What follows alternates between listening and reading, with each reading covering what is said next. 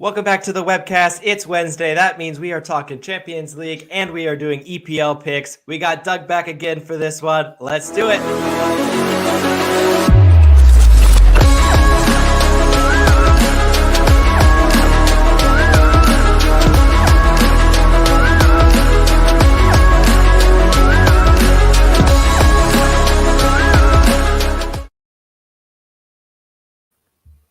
All right, welcome back to the webcast, All Sports One Web. Today is Wednesday, so that means we are doing Premier League picks. We also got the Champions League. Probably, I said last week that week 3 and week 4 are probably your two most important match weeks. You play the same team twice, home and away in week 3 and in week 4, and it really turns the entire table. We had an absolute amazing first half between Tottenham and Frankfurt to start off. We had an incredible second half of Barca Inter. Both Tottenham, Frankfurt, Inter, and Barca played each other last week and now this week as that second and third place teams in the group. Barca went on the brink of being pushed to the Europa League, out of the Champions League with 2 games to go, to back in front. In second place with pole position to go ahead and advance with the last 2 games, only to end up drawing 3 goals in the last 15 minutes there. Tottenham fall a goal behind to Frankfurt, only to battle back with 3 first half goals with the Frankfurt red card. Tottenham also missed a penalty there late. Frankfurt do pull one back to make it interesting, finishes 3-2. Tottenham, a great day in the group with Sporting, getting 2 red cards against Marseille, losing to bottom place. Marseille puts Tottenham atop the table. How are we feeling top the table, Doug? It's about time. There's no reason we shouldn't have been top of the table, this group, the entire time. I mean, we were pretty much this should have been an easy group for us. And we're doing what Tottenham does, and we make everything difficult on ourselves. Yeah, especially with recent Champions League play, things always has to be the difficult route, but somehow they push through. Just to recap quick of what the Champions League group stage works, you are in a group of 4. The top 2 teams advance. You get 1 point for a draw, 3 points for a win, and 0 for a loss. You play everybody in your group, home and away, a total of 6 games. In the group stage, top 2 advance.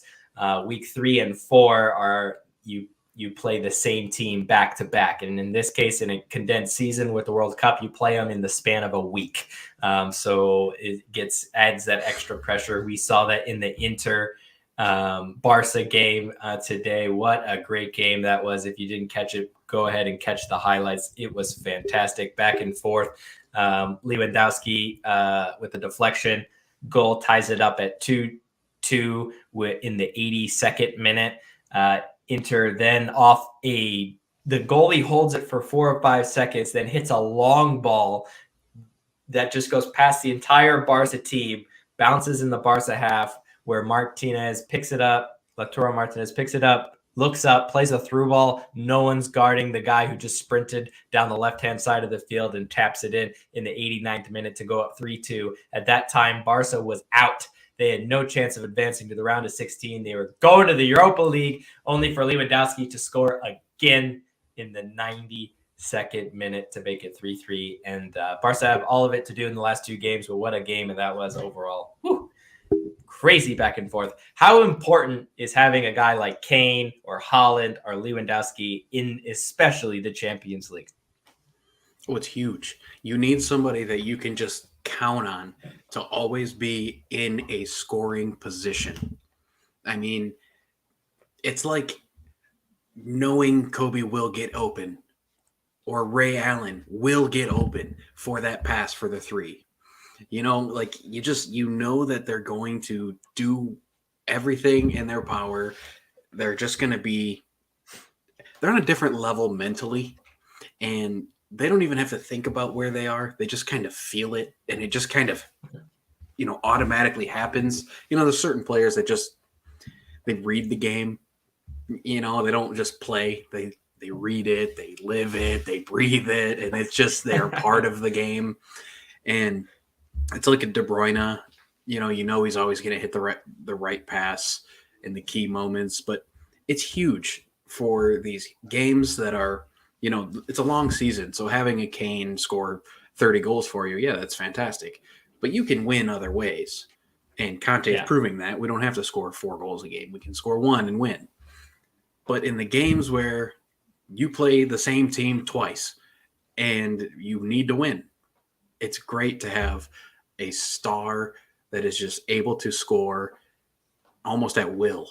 With the right pass, they'll just score because they're in the right position, or just the keeper bobbles one. But Kane is always in the right spot, so he can just tap it in. Yeah, Pep Guardiola said that about Erling Haaland, that you don't even know when you're watching the play happen. You know that the ball's going to deflect and it could go left, it could go right, but always it doesn't matter if it goes left or if it goes right, because it doesn't matter because Haaland's going to be at the end of it regardless. He's going to, it doesn't, it doesn't make any sense.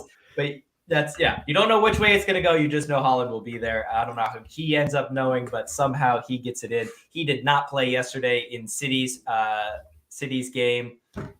They drew 0-0. They're still atop the table, and they are one of 5 teams that have clinched a spot in the round of 16 with Club Brugge. Club Brugge already booking their place as a Belgian team, currently top of their group. Napoli, who is just throttling everybody, 3+ goals in every single group stage game, in a group with Liverpool as well. Liverpool, Ajax, and Rangers for Napoli. City have clinched. Real Madrid and Bayern as well did that today with a thrashing of poor little Zen, or however you pronounce that team. They got their first home goal in Champions League history today, though, so congratulations to them. You bring up all those teams, and that brings up this great question. Who should somebody that doesn't watch really any specific team, who should they be cheering for? Chaos. That's who you should be cheering for. The Champions League is one of the greatest tournaments ever, purely because of chaos. Club Brugge is a team from Belgium, okay? And they are currently atop of their group, already qualifying with 14-time champions Real Madrid, 4 or 5-time champion Bayern Munich, Napoli, and City. I mean, what they have been doing so far is absolutely incredible. We'll see how they can do in the round of 16. Napoli as well, after a couple down years, throttling Liverpool, throttling Ajax. What a great story they have had. They have clinched as well. So those are your teams that are kind of your underdog. They really are fighting way above their weight. So those teams, so far anyway, in terms of teams that have clinched. But you can never go wrong with some of the big boys that you see. Tottenham now are in the driving seat to qualify. Liverpool with a 7-1 win today. Mohamed Salah with the fastest hat trick in Champions League history today as well. Always a great historic team, Liverpool in the Champions League. City subbed on in the 68th, scored in the 72nd, 76th, and 78th.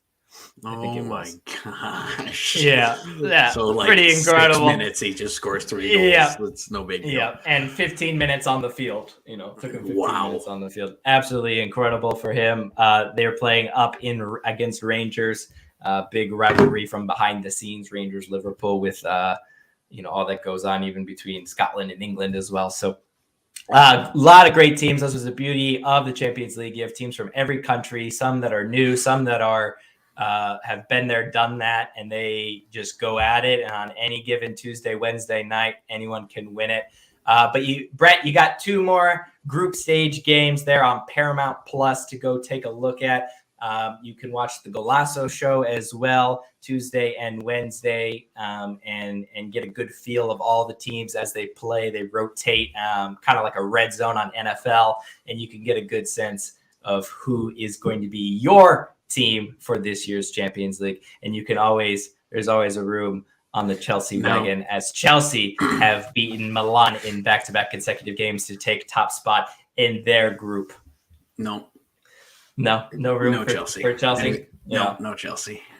Yeah. There's And a lot of honestly, room too in Spurs trophy cabinet that you could sit in there too. So 100%. if you want to sit There's in that, no, yeah, you can sit there. don't There's come nothing with, in there. No, you don't want to root for Tottenham.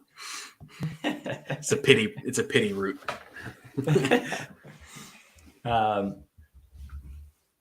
Yeah, we got another comment here. Barca down. That's another team too. Barca today now find themselves in third place with 2 games to go. Another historic giant of the game. Last year went out at the group stage. This year bring in, Rafinha, Lewandowski, Dembele's returning back to being healthy. And they currently failed to win today.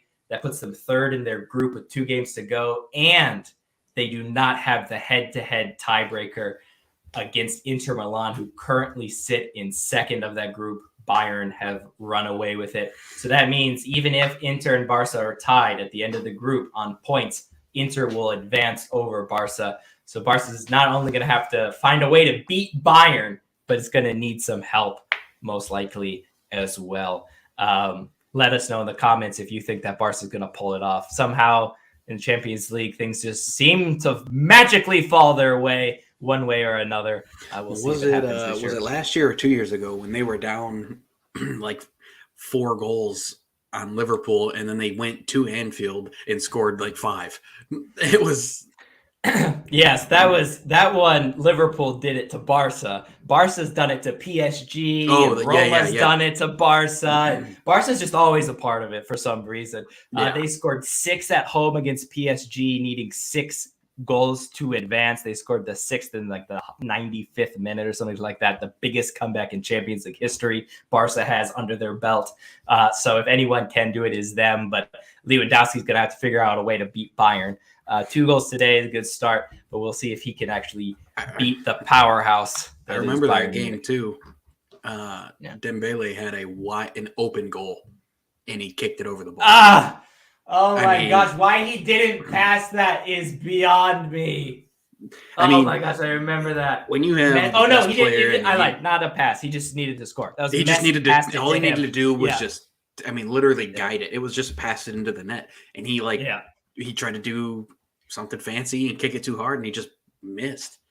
Yeah. When you saw Messi's face, he was just like, he knew it, dude, because that would have put him up 4. That would have put him up 4 and really sealed it. And they go to Anfield, like you said, and mess it up. In today's game, Dembele had an opportunity again in on goal, but this time he had the opportunity to pass it. He did not pass it. He misses. It did get called offsides, but in my personal opinion of the replay, seemed pretty close. So I didn't think if he could have passed that and Ansu Fati scores that, that puts Barca ahead, I think, at the time, and that would have changed the entire complexion of the tie, especially if he did turn out to be onside. So I think it's a Dembele problem. It is. He's kind of like a Sterling in the 6-yard box. He doesn't know what to do. Yeah. But by the way, Ansu Fati, I would like him to come to the Premier League so we could watch him every weekend. I know. See, that's the magic. A lot of former Premier League players scoring today. Alexis Sanchez get on the board. Guendouzi for Marseille also on the board in a Marseille win. Great performances all around from former Premier League players, but I agree, having them all in the Premier League like Erling Haaland, always a great addition. Love to see him. And speaking of that, it is time now to get into our Week 11 EPL picks. We do all of our picks through ESPN. Tuesday is 7 p.m. is NFL. Wednesday, 7 p.m. is the Premier League. And Friday, 7 p.m. is college football. So come and join us. Create your account. Pick along with us. And we will see who finishes higher up in the rankings by the end of the season. Premier League, actually our best so far. We cracked the top 1,000 as we sit 44-33 as our record going into Week 11 here. So go ahead, get your picks in and pick along with us. But we got, games are coming thick and fast. We got Premier League this weekend. We got Premier League midweek next week as well. Champions League is mixed in. There are games coming thick and fast. We kick off this weekend with Brighton traveling to Brentford. Uh-oh. We had Brentford against Spurs last weekend. Here on the webcast, we actually edged Brighton to go ahead with Trossard's form to go on and take all 3 points. Tottenham come back, the 1-0 victory, the Conte style, give the ball away, but end up with all 3 points by all 90 minutes. That's all that matters. Do Brighton go to Brentford and pick up all 3 points in this one for you? Absolutely, because there's no way that Brighton lose this game. They're too good. They are. It doesn't matter who their coach. They don't need a coach. They just know how they play. They know how they want to play. They have a great system. They're one of the best ran clubs in general. And don't get me wrong, Graham Potter is great. And he did amazing for Brighton, turned that club around and really helped build them into what they are now. But I feel like they're so set up for success that it's hard to stop a team like that because they're all super confident. And honestly, they didn't really make any big moves, and they lost a lot of players. They got 60 million for Cucurella, and they got 25 million for Basuma. They could really be what a steal that was. Anyway. They're bringing in some money, and they're not spending it, and yet they're just winning, and they're playing tough. And I mean, they looked really good against Tottenham. I don't know what it is, but I don't think that Brentford has it in them to stop Brighton. Yeah, Brentford, we keep going back to this, and at some point it's going to die out now that we're entering week 11. But that start to the season that they had, the 4-0 win at home against Manchester United, all of the form and confidence in the world going throughout the season, second year back in the Premier League after doing so well last year. 1 goal in their last 3 games against Arsenal, Bournemouth, and a thrashing last week away to Newcastle. They are at home on this one, but I agree.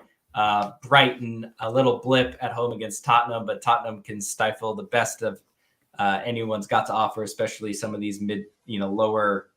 I wouldn't call even Brighton a mid-table team at this point with how well they've started, but and so I will agree. 3 points for Brighton on Friday's game to kick off the Premier League weekend. Another great sports weekend ahead for you. College football. Come and join us Friday, 7 p.m. as we go through the amazing college football slate that is coming.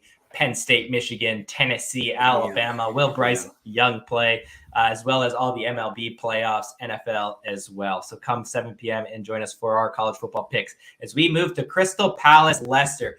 Leicester up 1-0 last week against Bournemouth away from home. It seemed like they were kind of turning it around with that great performance the week before, rolling it into a great start to the game, only to concede 2 second-half goals and drop all 3 points away to Brighton. They return home against Crystal Palace, who had a 2-1 comeback against Leeds themselves last weekend.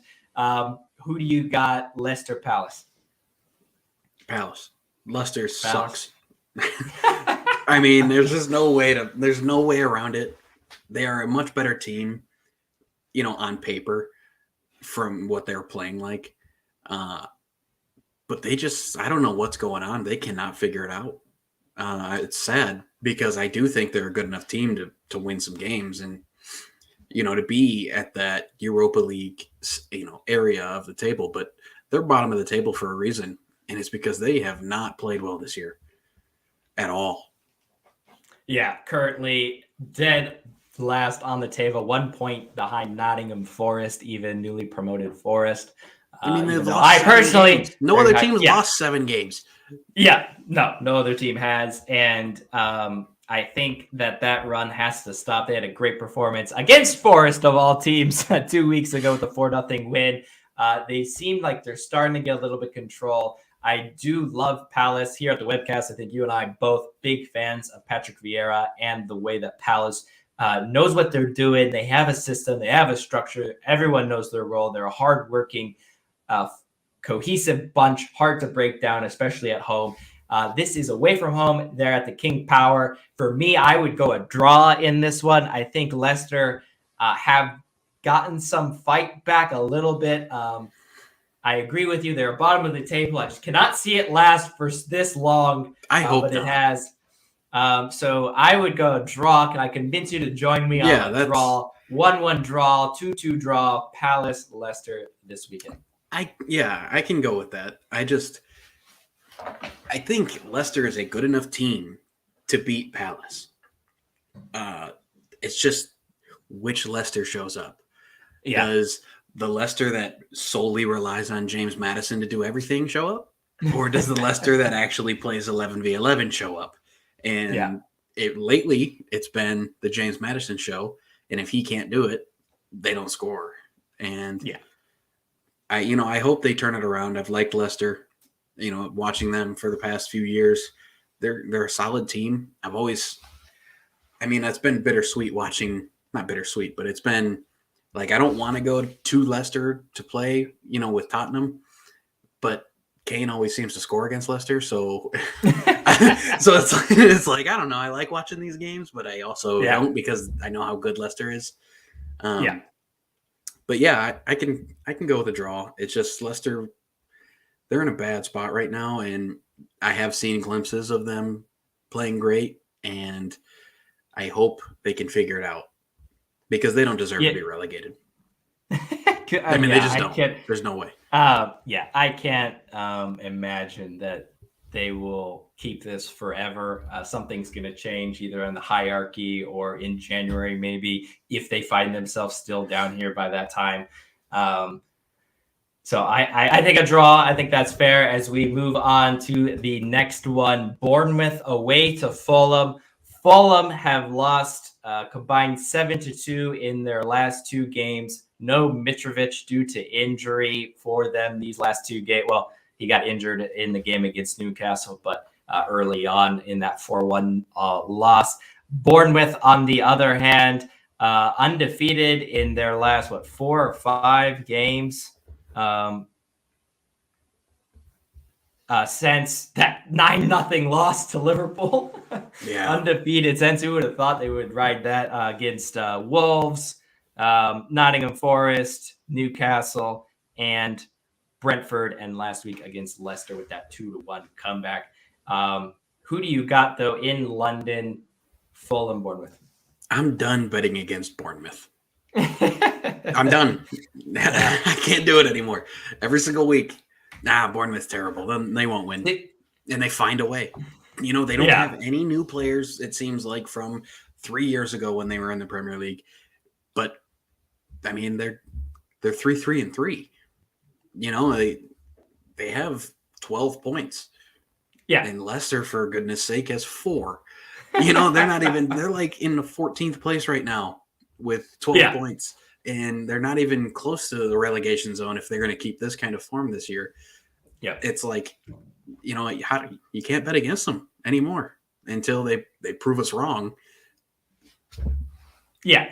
Yeah. And that's the thing. The thing with Bournemouth, that part that I struggled with, actually with both these teams going into the year, was, can they score enough goals? We knew Fulham, they were going to rely on Mitrovic, and for some reason we saw this a lot in the beginning of the season. Sadly, he got hurt, and now they've been falling off. Bournemouth, I had no idea where the goals were going to come with. 19 or 20% of their goals last year in the championship was from Dominic Solanke, who's gone through the Chelsea rank, played for Liverpool for a little bit, and then joins Bournemouth.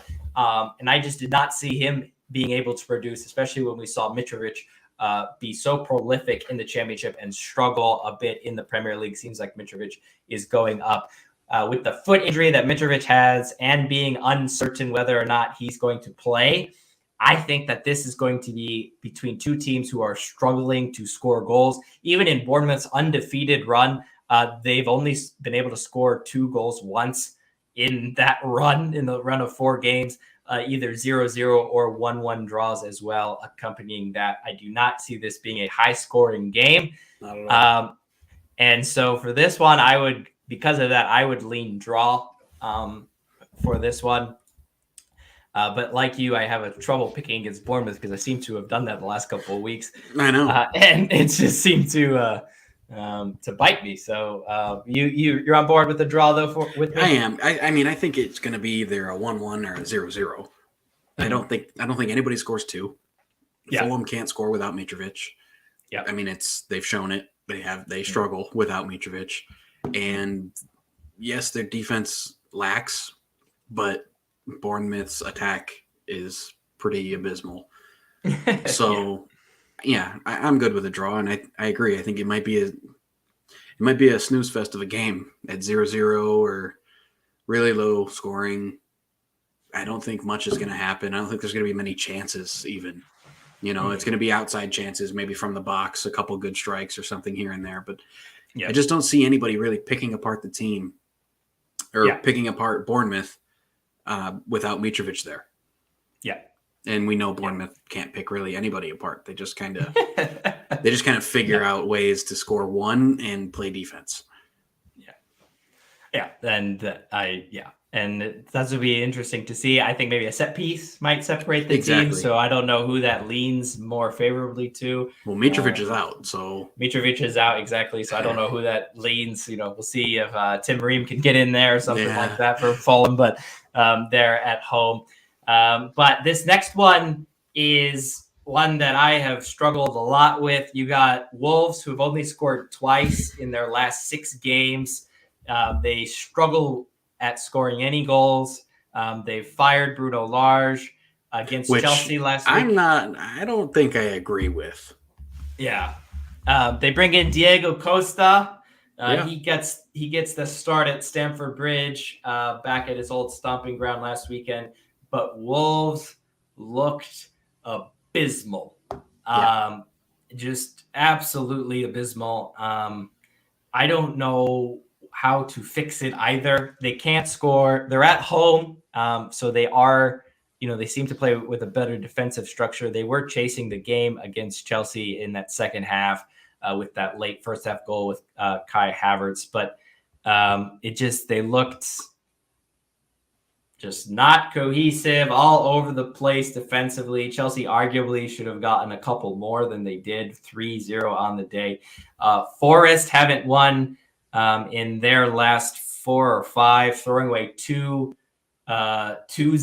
leads in the process of those games. So we know Forest can score and can't defend. We know Wolves can defend and can't score. Who do you got at Molineux?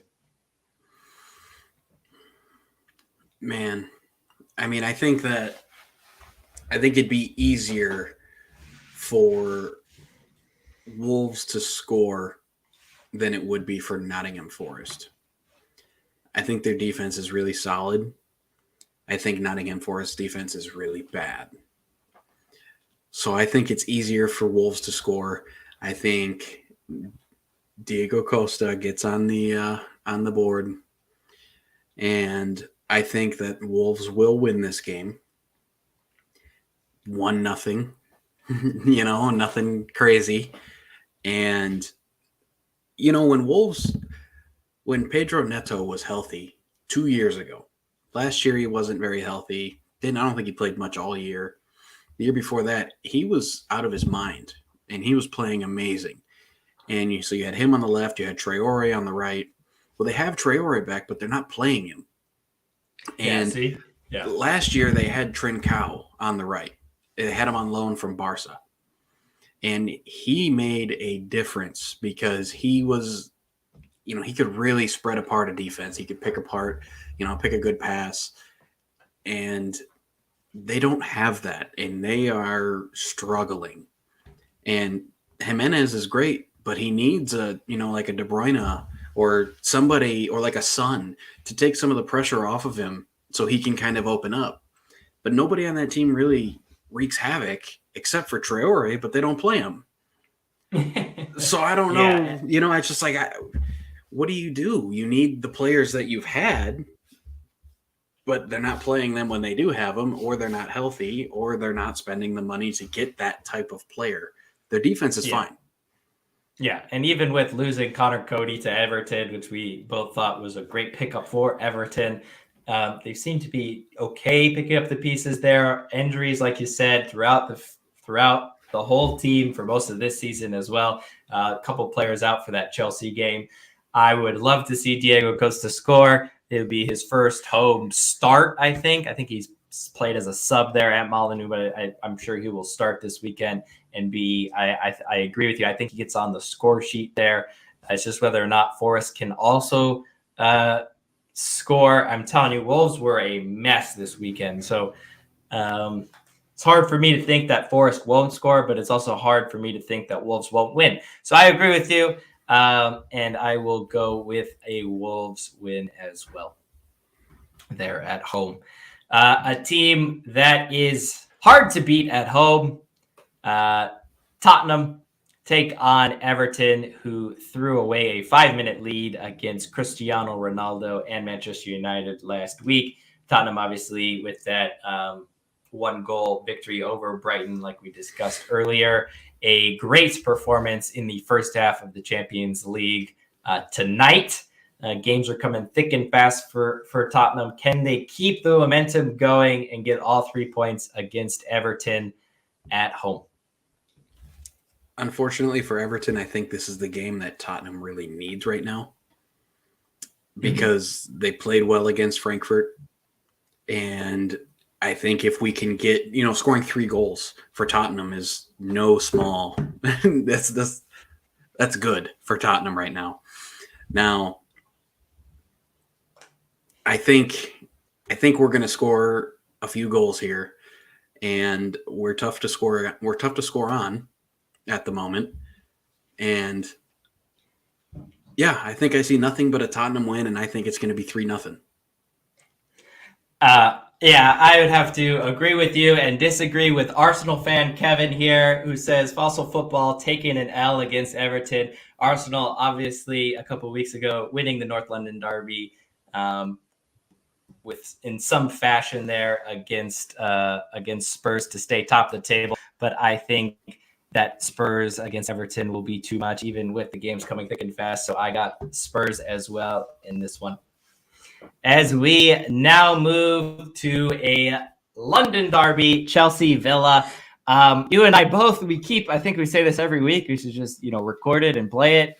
Aston Villa, they keep when are they going to actually go? 1-1 draw last week. There against Forest, 60% possession and only 2 shots on target. Danny Ings coming off the bench in that one. Oli Watkins starting up through the middle. They are at home against Chelsea, who had to travel away to Milan yesterday, as games are coming thick and fast for Chelsea. Graham Potter undefeated to start his tenure as Chelsea manager. Do Chelsea go in and take all 3 points from Villa? If you would have asked me this in the beginning of the year, I would say no. But Villa are just not living up to really what we all thought they would be. And I think Chelsea right now, they're on good form. They are hard to beat. They're scoring goals. They're defending well. They're riding that new manager high. And I think I think they're a great team anyway. They don't need a new manager high, but I think they got it. It's a real thing. Yeah, they got it, and they're riding it. And I think that Chelsea are going to go to Aston Villa and put a hurting on them. Yeah, see, I'm intrigued. Watching over the last couple of weeks, Chelsea, yes, undefeated under Graham Potter, but AC Milan, a lot of injuries. Before that, a tough game against Palace that required a 91st minute winner from Conor Gallagher. And some of these games throughout his run, a 1-1 draw against Salzburg, giving up a late goal. We still are a team that is not as cohesive in terms of the defensive structure for some reason this year. And Fofana got injured. Chalobah's going to probably be starting there. We'll see if they go with back 3 again in this game. A lot of rotating. Graham Potter has been rotating a lot. We saw a bunch of changes in between both Milan games. 3-0 against Wolves, but a lot of changes made for that game. And so this game worries me a little bit, because I can see with the likes of Coutinho, Oli Watkins, and Danny Ings, who for some reason, no matter which team he plays for, seems to score a banger against Chelsea. I don't know why.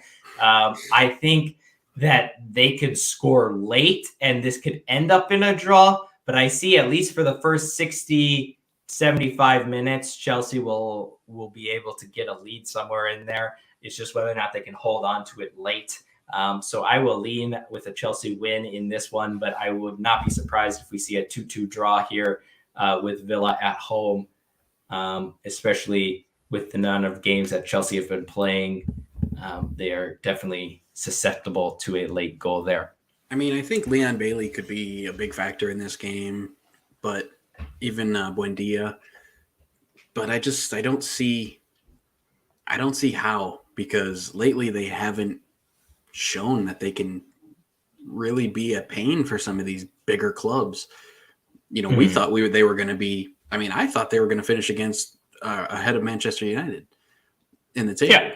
And I mean, with the attack power that they have, they've only scored 2 goals or more in 2 games the entire season.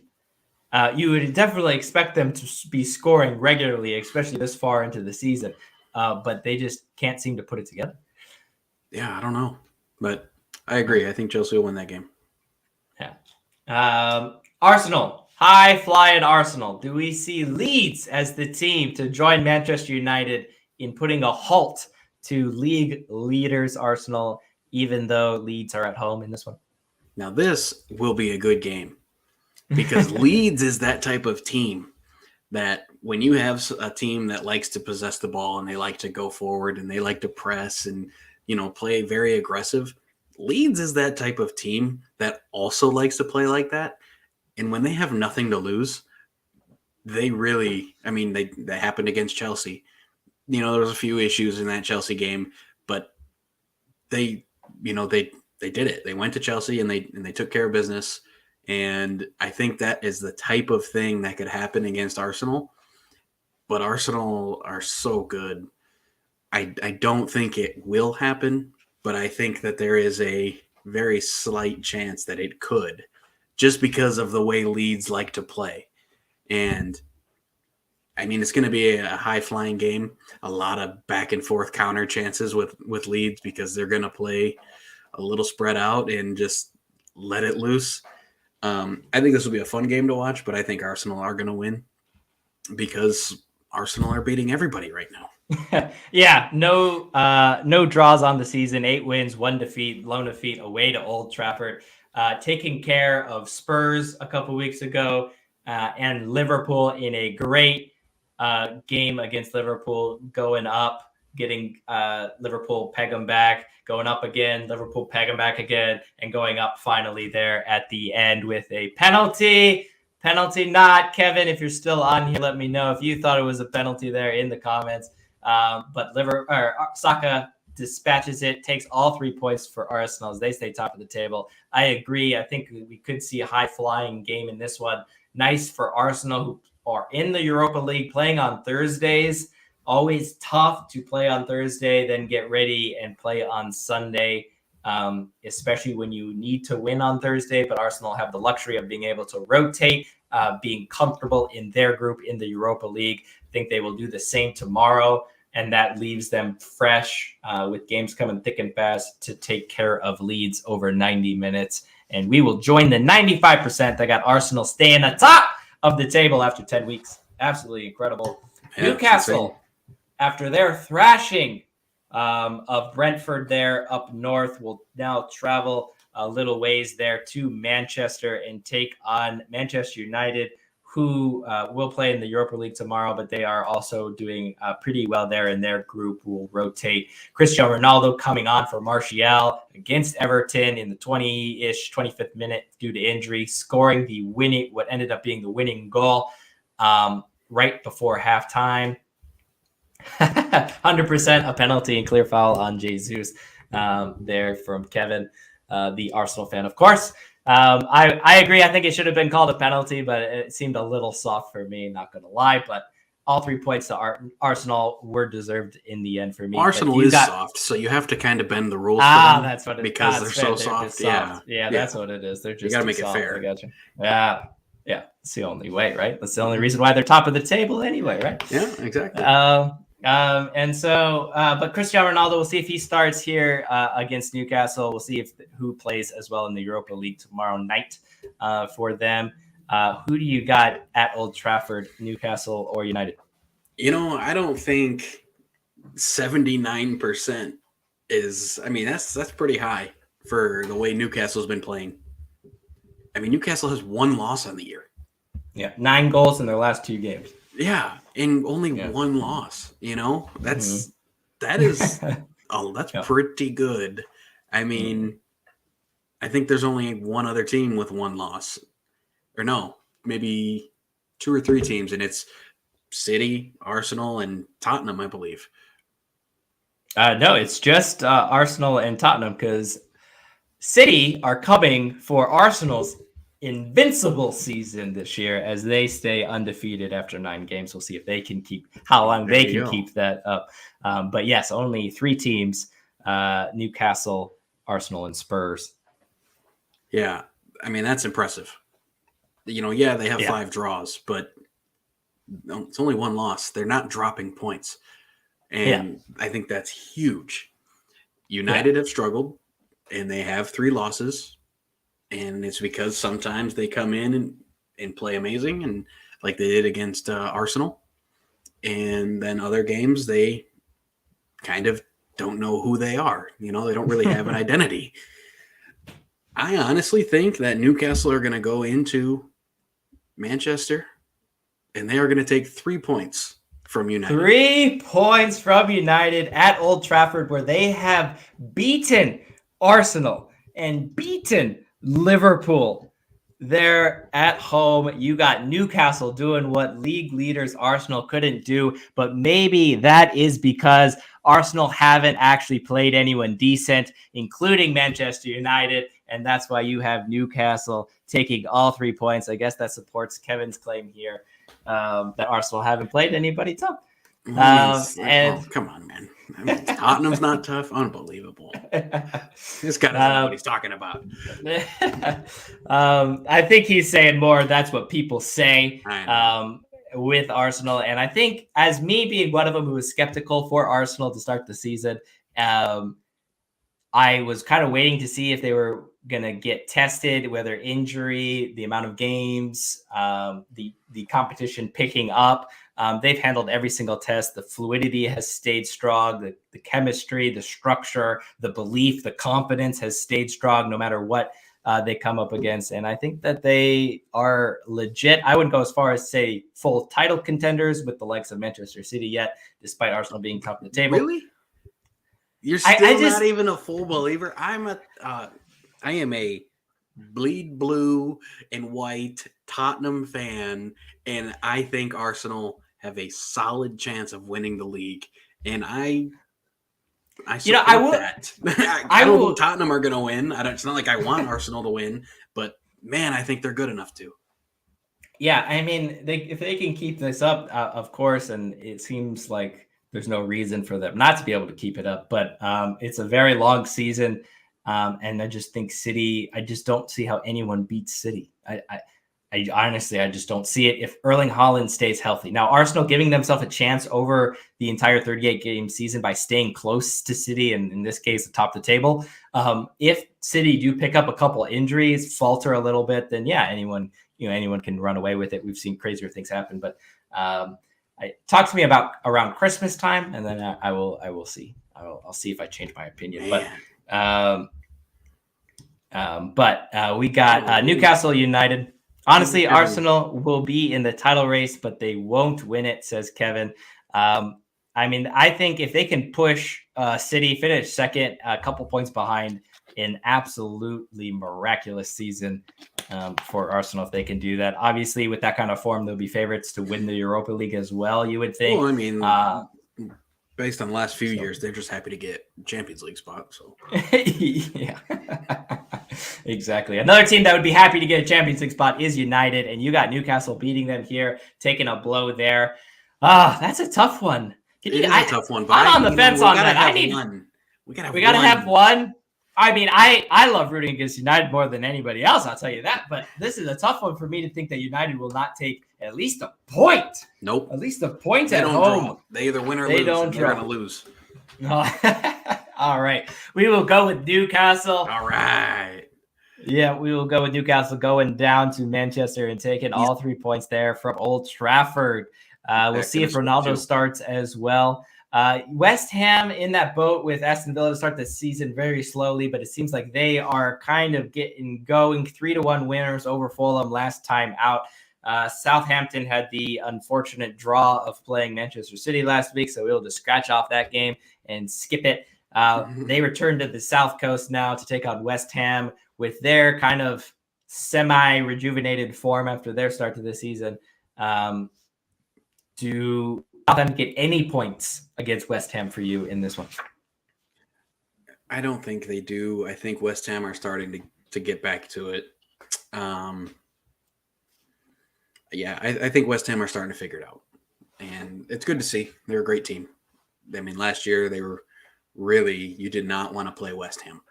I mean, that was just, no team wanted to go to West Ham and play because they were tough. And I think they're starting to kind of nudge themselves back into that direction. I hope so. As a fan of soccer, I hope they are, because I hate, when you just write off games because they're going to win, like the City versus Southampton. Southampton has no chance. But, City to Aston Villa, City to Everton, City to West Ham, usually they should be like, hey, now don't sleep on them. There could be something. Yeah. There could be something. So I like West Ham in this game. Yeah. Fun fact, trivia question. Anyone there? We'll start with this here. Conte will leave Spurs to rejoin Juve, who lost yesterday to, I think, the Israel League champions, 2-0 as well. So Conte will rejoin Juve before the end of the season. Mark my words, says Kevin. A little skeptical there, it seems like, in some of his press conferences. Yes, thank you. That's the name of the team there, Kevin, that Juve lost to yesterday. And that would be interesting. You see it happening? I mean, honestly, I don't know if Conte is happy at Spurs. You just can't read the guy. Sometimes he's ecstatic. We win the game and he goes absolutely nuts. And then in conferences in press conferences, he's basically saying his players suck and he'd be stupid to play them because he wants to win the game. Yeah, exactly. And it's like, dude, I know. Do you want to be here or not? Yeah, sitting third in the Premier League table, only a couple points off top spot. Yeah. I don't know. I think Conte is a great coach. I personally don't like the way we play. And I know a lot of Tottenham fans are that same way. We were with Poch for 5 or 6 years, and we played some really high-flying, attacking. If we didn't have the ball, we wanted the ball. If we had the ball, we wanted to just send in crosses left and right. And now we don't need the ball. We're good with it. We'd prefer to not have the ball. Yeah. And that is it's a complete reversal of what, Tottenham fans have been used to for so long. I wouldn't be mad about it. It's just because I want to see them play differently, but I think we would get worse before we got better because Conte's a great coach. Yeah. Get rid of Conte leaves. You bring in Tuchel, Hey, now we're talking, except, we can play with a back four. Chelsea can't. So maybe we're on to something.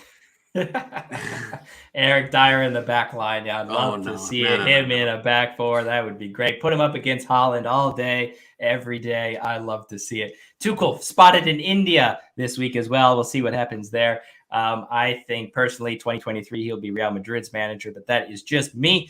Fun fact as well for this week's webcast. And I'll answer it at the end here as we finish our last 2 picks. So get your comments in on who you think this is, but who has the highest attendance percentage-wise, in the Premier League this season. Let me know your thoughts in the comments. Out of all 20 Premier League teams, who has the highest percent of attendance so far after 9 games. I agree with you, though, on this one that West Ham will take all 3 points on the South Coast, but I do see a fight there as we turn our attention to Manchester City versus Liverpool. Haaland rested this week, his first rest game. We can only know, we don't even know what that's going to do to his productivity. It smells like trouble. It smells like trouble. Liverpool tied 1-1 with Rangers today up in Scotland before they put 6 more past them. Salah obviously rested for the first 65 minutes before getting subbed on, scoring a nice little hat trick before he parted ways with that one. Losing away to Arsenal on the weekend, now return home to City, where these games are always fireworks. But do you give Liverpool a chance at home against City? I do. I give them a chance. I think they're starting to look like Liverpool again.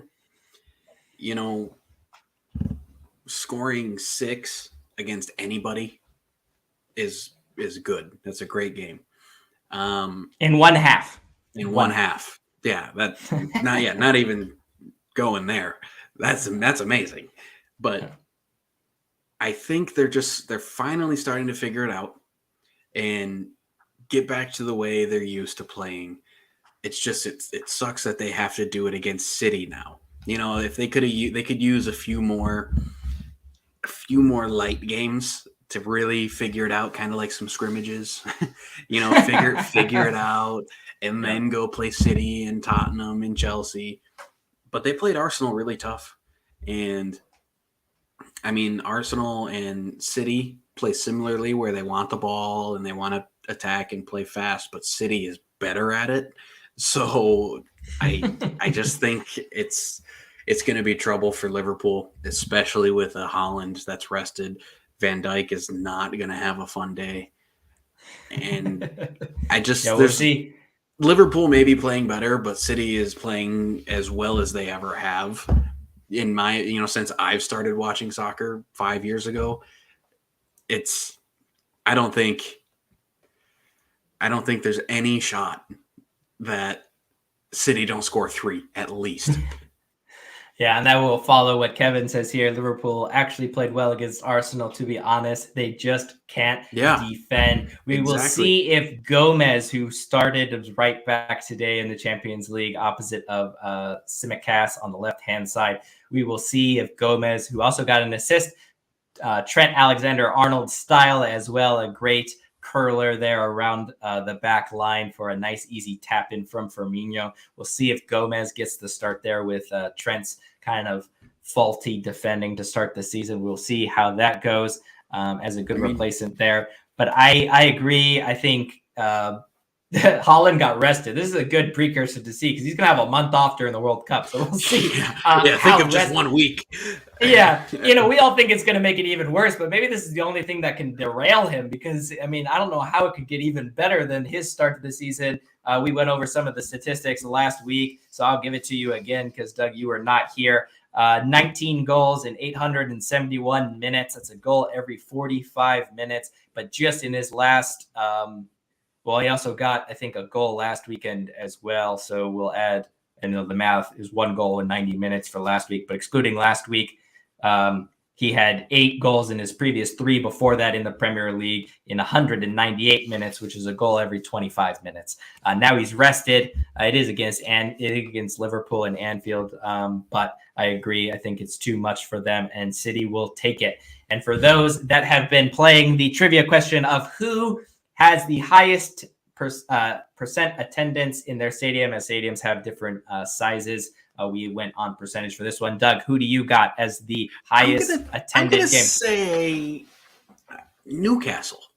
Because I think they're so excited about their team being good. And, they're an exciting team. The new ownership. They brought in some big players.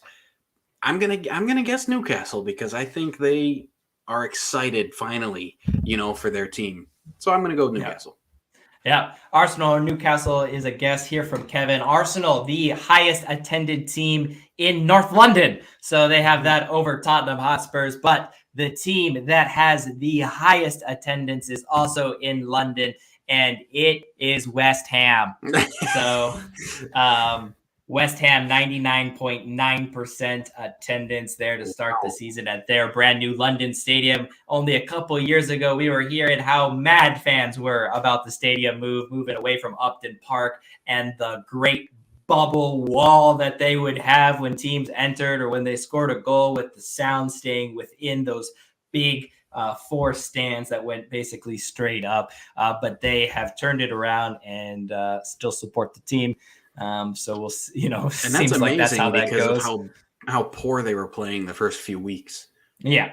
And I'm surprised. I mean, I'm not surprised because we know that they're a great team. And at any week, they can finally just flip the switch and turn into that team that nobody wants to play again. Yeah. But yeah, that's surprising to me that, well, I was surprised it's not Newcastle, but at 99.9% attendance, it's pretty hard to beat that. So yeah, exactly. Yeah. And for a newly built stadium with higher capacity as well is even more impressive than some of these lower teams that have. Bournemouth has the smallest stadium, and yet they are at the smallest percentage. That's got to be Tottenham's problem, well. Since our stadium's so magnificent and enormous. There's no way we can even find that many people in London to fill the seats. No, that's really what your problem is. That's why you have to host NFL games, to bring in American fans so that you can actually fill your own stadium. Obviously, makes sense. Thank you, Brett, Running Man, and Kevin for participating in our live picks. Come join us 7 p.m. on Friday as we do college football picks. We will also be doing the NFL there on, that's way too zoomed in. There we go. Sorry about that. NFL on Tuesday, 7 p.m. Again here, Premier League 7 p.m. and college football 7 p.m. Enjoy the great sporting weekend, but we will catch you on Friday with the college football picks as we preview a great slate of college football games. Until then, we will see you, all of us, at the webcast.